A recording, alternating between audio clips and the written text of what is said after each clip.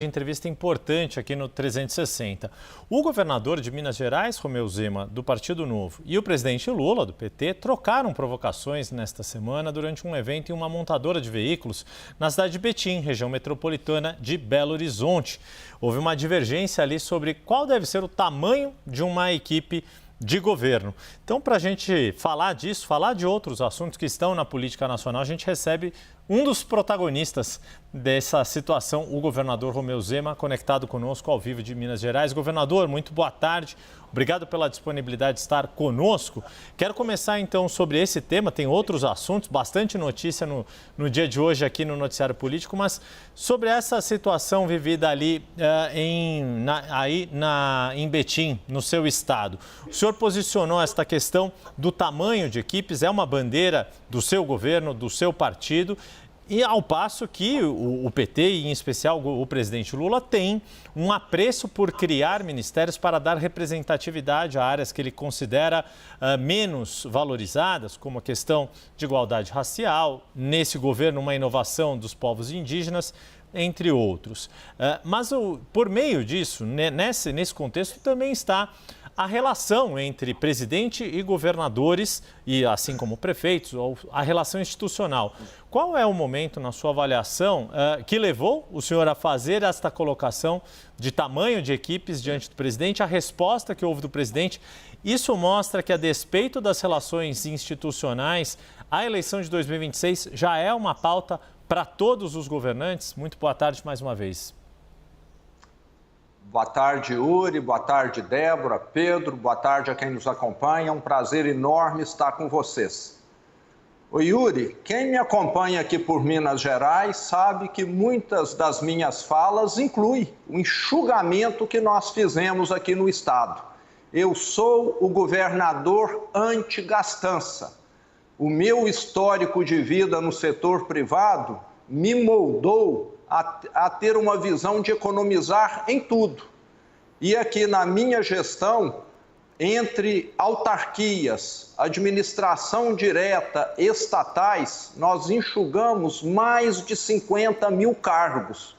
E foi o mesmo com o secretariado.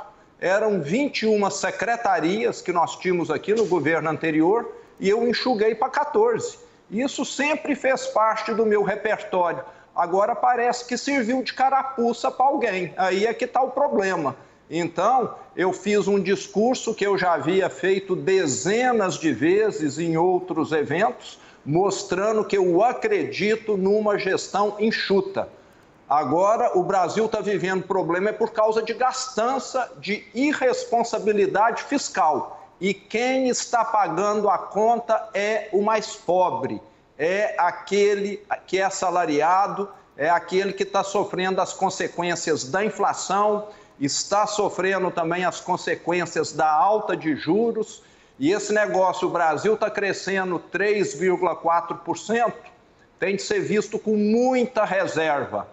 É um crescimento via anabolizante. As sequelas, as consequências vão começar a aparecer nesse ano de 2025. Então, o presidente está desintonizado, está no modo avião, não está com o pé no chão, não vive a realidade do brasileiro. Eu acabei de chegar de viagem agora, estava na estrada desde as 6h30 da manhã. Fiz aqui hoje 4 municípios. Eu faço questão de ir no chão de fábrica para ver como as coisas estão. Não fico trancado num gabinete, tomando cafezinho e sendo cercado de bajuladores. Então está faltando esse choque de realidade. Governador, muito boa tarde para o senhor. Obrigada por estar conosco. Sabe que às vezes o presidente Lula organiza, eventos em estados e às vezes alguns governadores preferem não ir aos eventos, não dividir o palco com o presidente Lula em determinados momentos, e a gente fala, claro, especialmente os governadores de outro espectro de pensamento político, né? Eu queria saber, no seu caso, o senhor sente algum desconforto? Sei que o senhor esteve lá, mas é colocada alguma situação que deixa o governador desconfortável de dividir o palco com o presidente Lula, governador? Ô, Débora, De maneira alguma. Inclusive, eu fui em 2 grandes empresas que no início do meu governo me procuraram. As 2 estão entre as maiores empresas aqui de Minas Gerais. As 2 empresas preocupadíssimas com a situação de Minas, isso lá em janeiro de 2019, para saber o que ia acontecer. Se o governo ia devolver os créditos que eles têm, se o governo ia recuperar as estradas que dão acesso às unidades deles, se o governo ia pagar as dívidas monstruosas que tinha também com uma delas. E eu falei, eu faço a gestão correta. Eu não sou político, eu sei fazer a gestão que soluciona problema e não que ganha milhões de votos e às vezes elege quem não tem nenhuma capacidade. Então, eu estava muito à vontade, tanto na Stellantis Fiat, como também na Gerdau. Conheço os diretores das empresas, todos têm meu telefone, porque eu sou um governador aqui mão na massa. Na hora que tem um problema aqui, eles me ligam e eu corro atrás para poder resolver com a minha equipe. Não tem esse negócio de ficar tendo 5 intermediários para chegar em mim. Então, eu estava muito à vontade. Acho que quem não estava foi quem veio aqui. Pedro Venceslau, o governador, também participa conosco já na tela. Pedro Venceslau, o governador de Minas, Romeu Zema, te escuta. Boa tarde, governador. O Christopher Laguna, que é presidente do Novo de Minas Gerais, me contou que o partido fez um processo seletivo e contratou o marqueteiro Renato Pereira, que já atuou com Aécio Neves, com Sérgio Cabral, entre outros, para nacionalizar o nome do senhor, já visando a superação da cláusula de barreiras em 2026. Eu gostaria de saber qual que é o seu projeto. O senhor é candidato a vice-presidente, está colocando o seu nome para compor com algum outro candidato? Ou o senhor planeja disputar a presidência da República à revelia de Jair Bolsonaro? Ô Pedro, rapidamente aqui. Eu venho de uma família italiana que veio da Itália para morar ali na região de Ribeirão Preto para substituir mão de obra escrava. Uma família que veio com uma mão atrás e outra na frente. Desde criança eu trabalho. E fui candidato aqui em Minas em 2018 pela indignação com que o PT cometeu aqui, as barbaridades. Uma delas foi comigo, eu fiquei 3 anos com um negócio fechado, aguardando uma assinatura e um carimbo da Secretaria do Meio Ambiente. Eu fui o candidato da indignação. Ninguém achava que eu iria ganhar. Ganhei. Assumi. Ninguém achava que eu iria dar conta de corrigir Minas Gerais. Dei conta.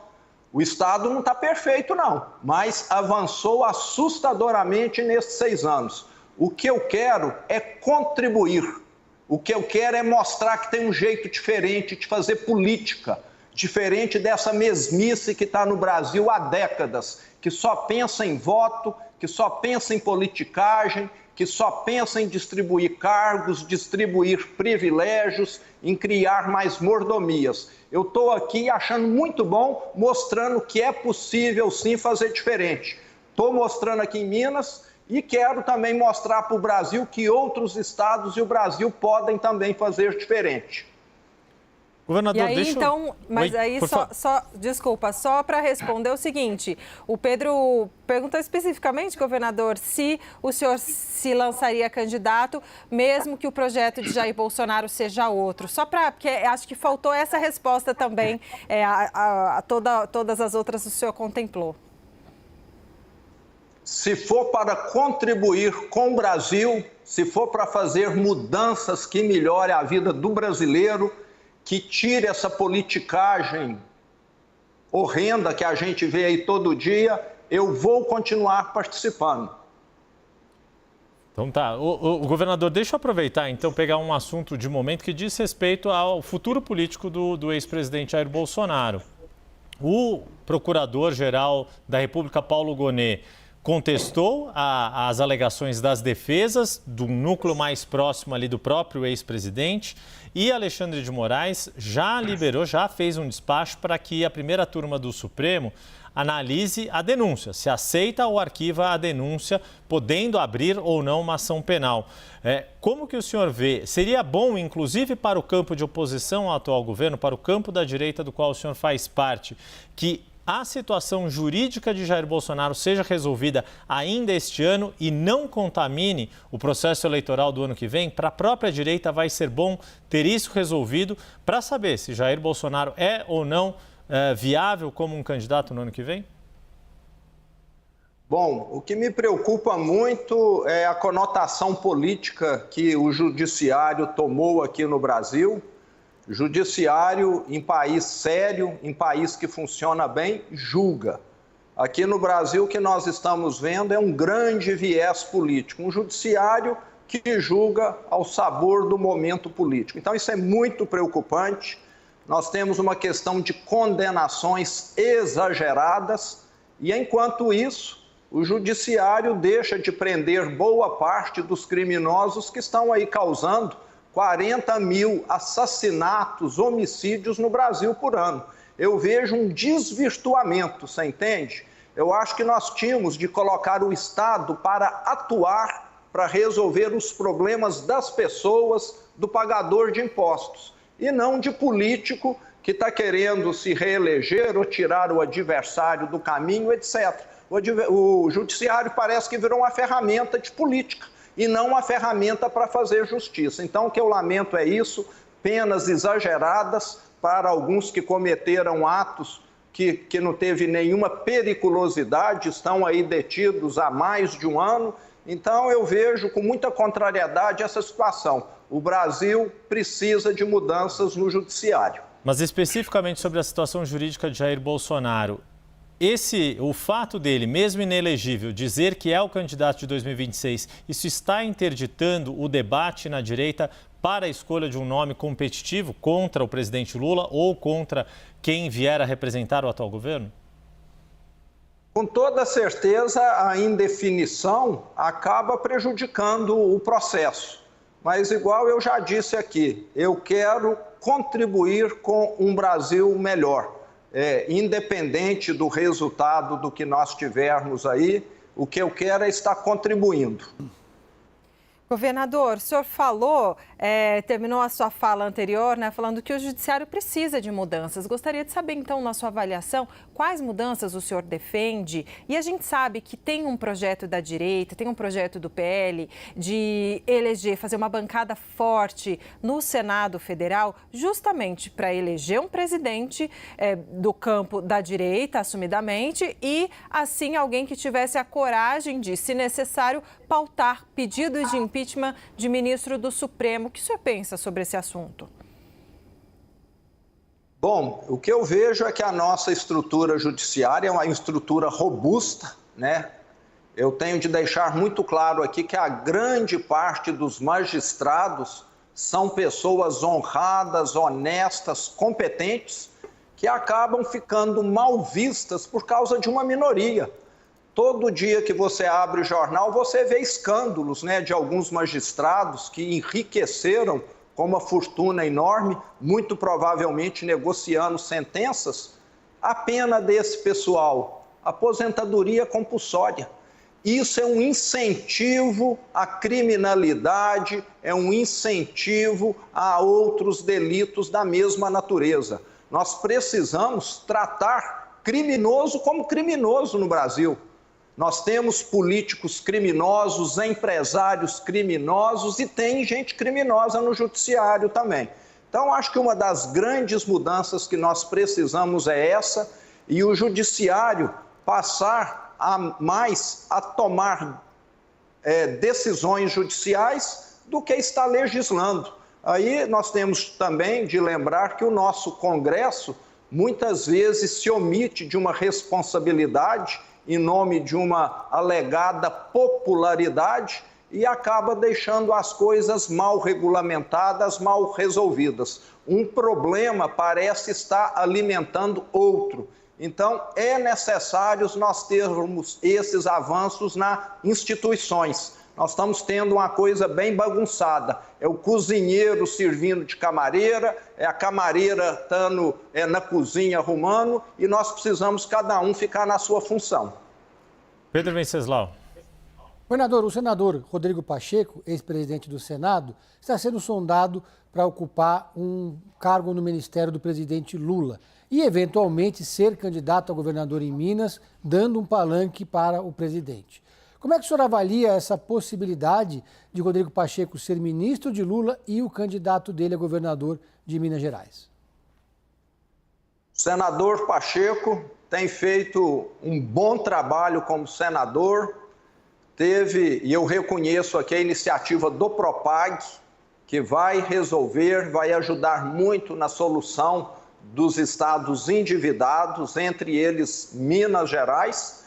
E o futuro político dele pertence a ele. Ele já me confidenciou que pretende voltar para a advocacia, mas ele é um nome que pode concorrer. Todos têm o direito de pleitear uma vaga a candidato a governo de Minas Gerais. Então é algo que é possível e vai depender muito, na minha opinião, da pessoa dele, porque ele é um nome de um senador que tem realmente feito um bom trabalho lá no Senado. Nós recebemos aqui, conversamos com o governador de Minas Gerais, Romeu Zema, abriu um espaço na agenda para poder conversar conosco aqui no 360. Mais uma vez, muito obrigado, governador. Um bom resto de semana para o senhor. Boa tarde a todos. Foi um prazer estar aí com vocês.